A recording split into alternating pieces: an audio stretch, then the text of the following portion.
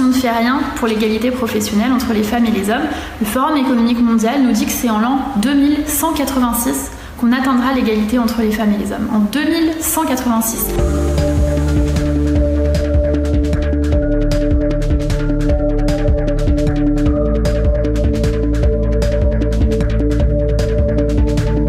Ça repousse encore une fois l'arrivée de cette égalité salariale.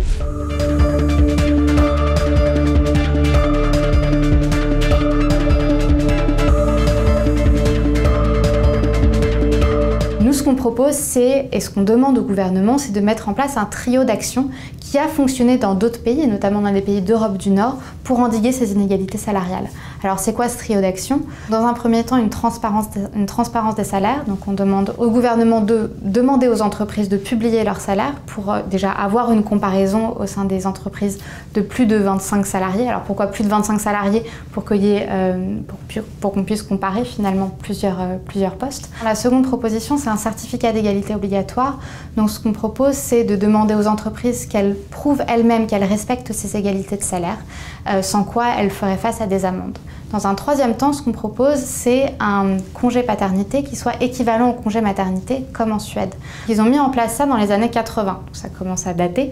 Et ce qu'ils se sont rendus compte au début, c'était que finalement, c'était davantage dans les couples hétérosexuels, en tout cas, c'était davantage les mères qui utilisaient ce congé maternité, qui prenaient tout, et puis finalement, le père ne prenait rien. Et donc, ils ont instauré un mois obligatoire pour les hommes. À partir du moment où ils ont instauré ce premier mois obligatoire, déjà, ils ont vu qu'il y avait une baisse en termes d'inégalité salariale. Et puis, effectivement, ils se sont rendus compte que les pères le prenaient de plus en plus, ce congé parental, et plus que les 1 mois obligatoires.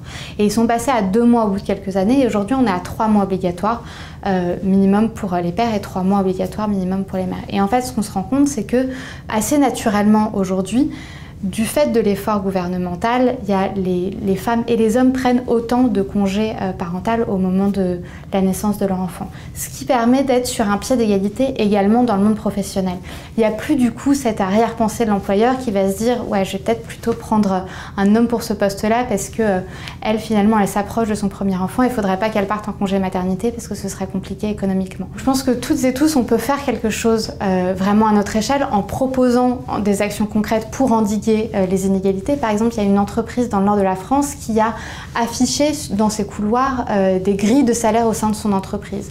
Et ce qui s'est passé, c'est que assez naturellement, finalement, les personnes ont compris où est-ce qu'elles se situaient dans l'entreprise et ça leur a permis, notamment pour les femmes qui étaient payées moins, d'assez naturellement avoir des arguments pour demander une augmentation de salaire. Parce qu'on l'entend très souvent dans les médias, c'est que si jamais les femmes ne gagnent pas autant que les hommes, c'est parce qu'elles n'oseraient pas. C'est parce qu'elles n'oseraient pas demander une augmentation. C'est parce qu'elles n'oseraient pas demander une promotion. C'est faux. En fait, les femmes demandent des augmentations, elles demandent des promotions, elles négocient leur salaire, mais le fait est qu'on ne leur accorde pas cette augmentation ou cette promotion.